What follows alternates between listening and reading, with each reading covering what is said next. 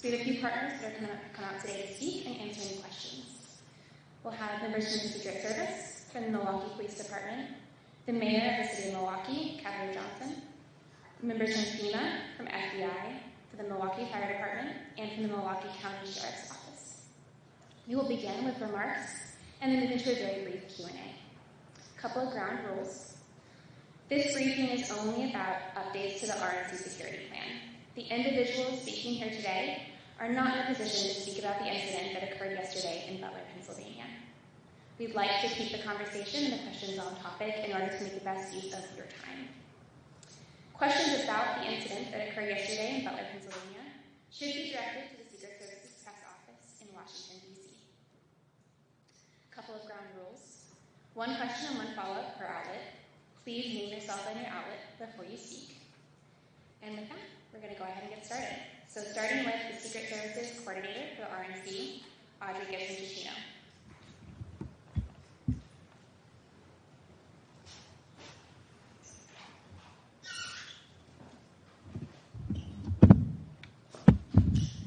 Thank you, Lexi. Good afternoon. My name is Audrey Gibson-Cicchino, and I'm the Secret Service's 2024 Republican National Convention coordinator. The U.S. Secret Service, along with its federal, state, and local law enforcement and public safety partners, work together to design security plans for national special security events. They are designed to be adaptable based on the changing security landscape and most up-to-date intelligence from our partners. We've been working on the RNC security plan for more than a year and have been in constant coordination with our partners and the Republican National Committee. During our extensive planning efforts, we have accounted for various security scenarios that may arise, and we are confident in the plan we have implemented for the Republican National Convention this week. That security plan will remain in place. While we cannot discuss the specifics, means, and methods used for our protective operations, our protective methodology for NSSEs is based on a layered approach that includes support from federal, state, and local law enforcement and public safety partners.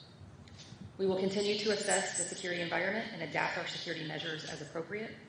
The Secret Service is working diligently with the Milwaukee Police Department, as well as all of our federal, state, and local partners to ensure a safe and secure convention for attendees, volunteers, and the City of Milwaukee.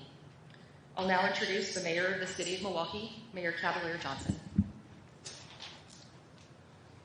Thank you. Several months ago, folks in this room may recall that I worked with a bipartisan group of individuals, both Republicans and Democrats, with one goal in mind, to make sure we have a safe convention for everybody. These national special security events, especially as they relate to the Republican National Convention and the Democratic National Convention, have been stuck at $50 million since 2004. Obviously, things cost a little more than what they did in 2004, and so via phone, via trips to Washington, D.C., and working with members of Congress on both sides of the aisle, we were able to get a $25 million increase to our security grant. I say all that to say that we take this matter very, very seriously. We take public safety very, very seriously. And I've been so pleased to work in collaboration, not just with the United States Secret Service, but also with local law enforcement and public safety on the ground here. As was mentioned, we're joined by the chief of the Milwaukee Fire Department, Aaron Litchfield, who's been a great partner. And we're also joined by the chief of Milwaukee Police Department, Jeffrey Norman, who's been a great partner as well, working to bring in law enforcement officers from not just across the state of Wisconsin, but across the United States to help out with public safety here. Let me just reiterate what was already said. This is an NSSE, a National Special Security Event. It is the highest designation that you can get for a security event of its size and magnitude in the United States. We have that designation, and we'll continue to work to make sure that public safety is tantamount here in this community. With that in mind, I'll take the opportunity to pass it over to the Chief of the Milwaukee Police Department, Chief Jeffrey Norman. Thank you, Mayor Johnson. 18 months that these plans have been put into place in regards to what we're going to have for this event. This is a collaboration between federal, state, local, but beyond just from the law enforcement community, this is a collaboration between our elected leaders from both local, state, and also national. But also we have engaged community. We We have workings with our community members in regards to ensuring the safety of this event. While we cannot talk about the operational plans, I can say from the CEO of the Milwaukee Police Department, this local police department here, I'm very comfortable in regards to the plans that we have made together. Not in silos, not where we're just kind of going over peruse. Actual planning together. As you can see in regards to my fire side, also from the county side in regards to the type of collaboration. The collaboration is real. As the mayor said, this is a national special security event. Can't get any higher than that in regards to that particular type of designation. And so I just want to reassure not only our community, the greater community, those involved at the convention, but also in our city. We got this. We got this. Thank you. All right, with that, we're going to move into a brief Q&A. Please just place a hand up. We'll call on you. Please wait your turn. One question, one follow-up, meaning your name and outlet beforehand. And we'll get through as many as we can before we have to head out here, okay? So we're going to start right here, down the left, black t-shirt. Shimon Roquez from CNN, Secret Service. I don't understand why it is that you had one of the most significant events in the Secret Service's history occurred yesterday, and no one from the Secret Service has publicly decided to take questions about what happened. You had the FBI today openly giving us an on-the-record briefing about their investigation, but yet we still have not heard from anyone from the Secret Service about what happened, about what the agency knew, about the lead up into the event concerning security. And I just don't understand how anyone would think that that's okay.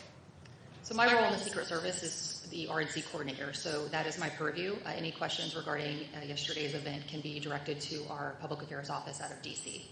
Right, I understand that this is the first time that anyone from the Secret Service has publicly even spoken to you since this happened. There was a press conference last night that the Secret Service was not at.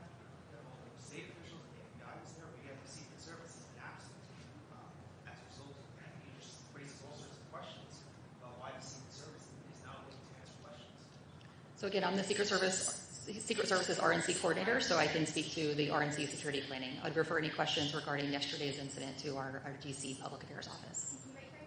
Yes, ma'am. Mark Meredith of Fox News. I'm curious, obviously you don't want to talk about what happened in Pennsylvania. Have you had to change your security posture at all here? And if so, how? Is it a small percent change? Is it looking over everything once again? And then a follow-up question would be, just in terms of resources, I know you mentioned 18 months has been going into this. Do you feel like you had all the resources you needed to get to this point today, or do you feel like more can also be done? So as Mayor Johnson and Chief mentioned, this is a national special security event. That designation is the highest level of security designation that the federal government can determine. So we are confident in these security plans that are in place for this event, and we're ready to go. It's been an 18-month process. We've worked together over that 18 months to develop operational security plans for any and all aspects of security related to this event. But did it change within the last one? And any change been made in the last 24 hours? We're not anticipating any changes to our operational security plans for this event. Thank you. Right here in the front in the orange dress. Okay. Mary Scusa with Milwaukee Journal-Sentinel. Wisconsin Governor Tony Evers told us a little bit ago that he is calling for the Secret Service to ban firearms, guns in the soft perimeter, not just in nicer forum. Is that something that the Secret Service is considering or is doing? I have not had any conversations regarding that, so I can't speak to that. Okay. He said that he had requested the Secret Service. Do you know if that request is actually made at this point? Or? I have not had any conversations regarding that, so I can't speak to that. Right here in front, Is the Secret Service currently anticipating or currently planning to expand the perimeter? We're not anticipating any changes to our current security footprint or plan. Including allowing firearms into the soft perimeter as it is right now. Anything in the soft perimeter is outside of our federal jurisdiction. But why should former President Trump and his family and the convention goers have confidence in the U.S. Secret Service to secure this site here over the next 4 days after his life was nearly taken yesterday in Pennsylvania? So this event has been designated as a national special security event, which is the highest level of security for an event that can be designated by the government. So this is a whole of government approach. We've had an extensive planning process to include many organizations building out the operational security plans for any and all aspects of security related to this event. Have you had the resources you need? Yes, we are fully prepared and have a comprehensive security plan in place, and we're ready to go. CBS News. Why are you not expanding the perimeter? So we're confident in the current plan that we have. It is based off of technical assessments, protective intelligence, and we are continuously monitoring information related to the event. So we're confident in the plans that we have, and we're moving forward with those plans. And why are you not concerned that people can carry firearms within that soft perimeter?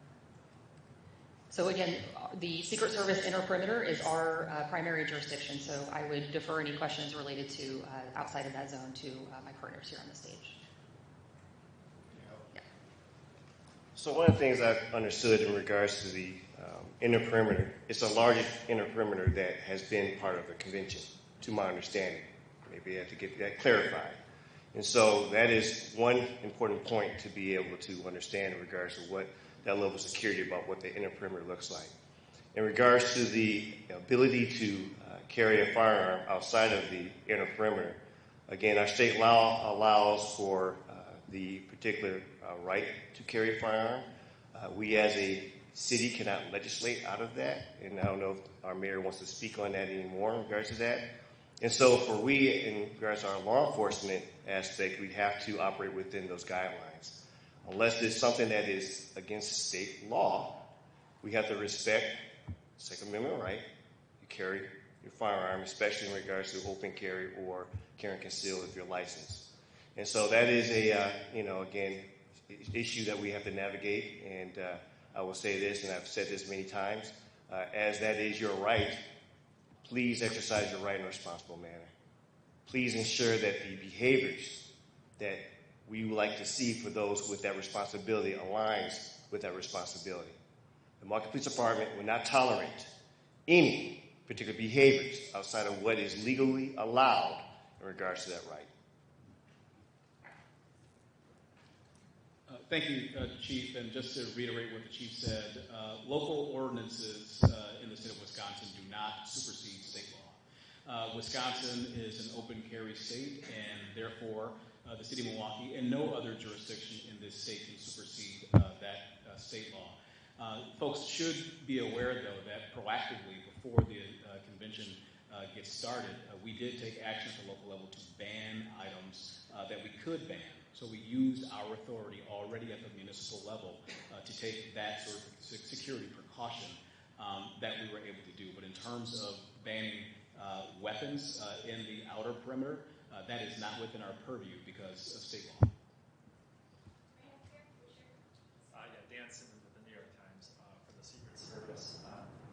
If there have been any changes to the overall security plan, have there been changes to the protection plan for the former president, his family, and other elected officials?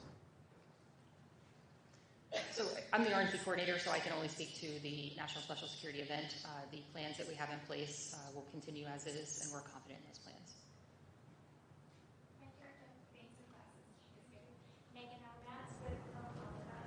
Are there any new threats to the RNC or to protesters, and how will you protect protesters who are in this environment?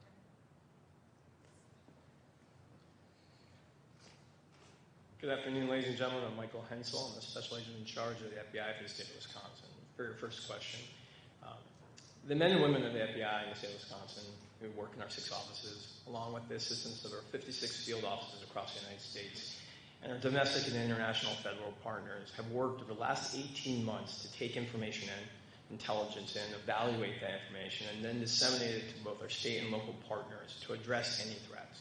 Currently, there are no known articulated threats against the RNC or anyone visiting the RNC. That's important because we also need the help of the public. If they see something during this time or feel uncomfortable with something, please let us know. Let your local law enforcement agencies know, or the FBI. 1-800 call the FBI. Can I just follow up? Sorry. I just have three hands. Did you have a follow-up? Next question? Right back there. Hi, for the ABC, for the Secret Service, just to be clear, did you or did you not make changes to the security plan based on the events There have been no changes to our current operational security plans for this event. Why not, given the fact the former president was the assassination? So again, this event is designated as a national special security event, so it is an 18-month process that involves all levels of government that are contributing to the operational security plans for this event. So we have an operational security plan that's built out for every area of responsibility related to any and all aspects of security related to this event.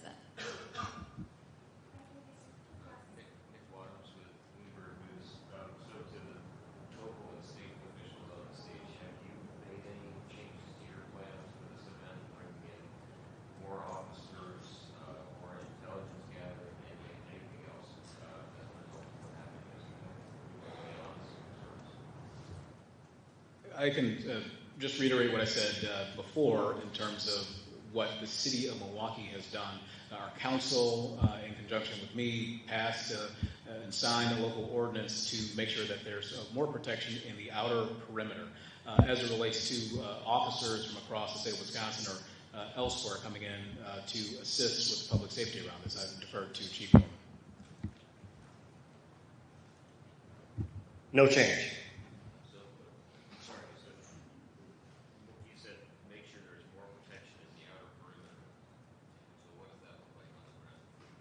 I'm sorry? What does that look like on the ground? If Chief of Police is saying there's no change, what does it look like on the ground if you're saying there's more protection in the outer perimeter? So the ordinance that I'm referring to that we had passed proactively at the local level, which is, by the way, the same ordinance, the same type of ordinance that we passed in preparation for the Democratic National Convention when it was to take place in Milwaukee in 2020 before becoming a mostly virtual event.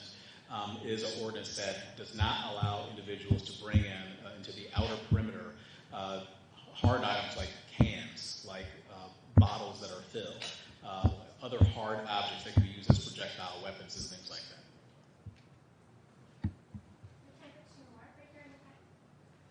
I'll follow up something else set up here. You said that there was no threats at the moment, there were no concerns, but I would imagine that was what Secret Service and law enforcement thought yesterday as well.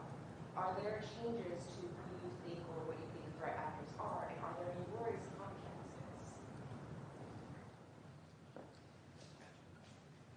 So as I said, there's no specific articulated threat to the RNC or any specific individual attending. As you'd expect, after the events yesterday, we've seen an uptick in social media chatter, people talking about what happened, and we, as the lead for all intelligence matters related to the RNC, the FBI, we evaluate all of that to make sure that if it trends into criminal activity or threat-based information, we evaluate that and, again, disseminate it out to our federal and state partners for action. Can I just follow up on that? Right there in the back. There's Sam Fair with Fox in Milwaukee. We've heard from delegates, we've heard from visitors about a level of fear following what happened yesterday. Beyond the fact that you guys have planned for this for 18 months, what's your message to them about safety and security? So I'll take that on. As we talk about these particular type of plans, especially in regards to what we've seen across the nation and what we're doing here, I don't know if we're comparing events in the same manner.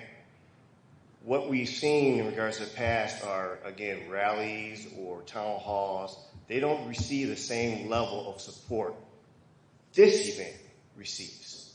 And that's maybe hard to kind of wrap it around in regards to the type of resources being invested in this particular community. Again, we cannot talk about the operations of it. But as a leader in this community, I've seen the work. We work together, again, not only from the standpoint of the federal level, but, again, my local partners, and seeing that type of investment in regards to what is being done. We are planning as much as we can plan in regards to what we know, and we're looking for what we don't know, but we are planned and actually ready with the resources. This is our community, too. And looking at it from the standpoint of, I want to make sure that they understand we see you, we understand this is something of a concern, and we are ensuring that we're going to put the proper effort, the proper type of communication, which is why in this particular forum is why we're having it, to ensure that there is a communication from this collective group We're working as hard as we can, around the clock, putting forth the effort that's necessary, not only for this RNC, but for our city. As the chief executive of our police department here, it is important that we are also understanding the concern in our city. So this is for those who are attending the RNC, but we are taking care of this city. Period. Will you be doing daily updates, or how will we get information? Have you been able to talk with Director Cheadle? Have you talked with Director Cheadle? Why isn't she here? Have you talked with Director Cheadle? Why not? Will there be daily updates? How will we get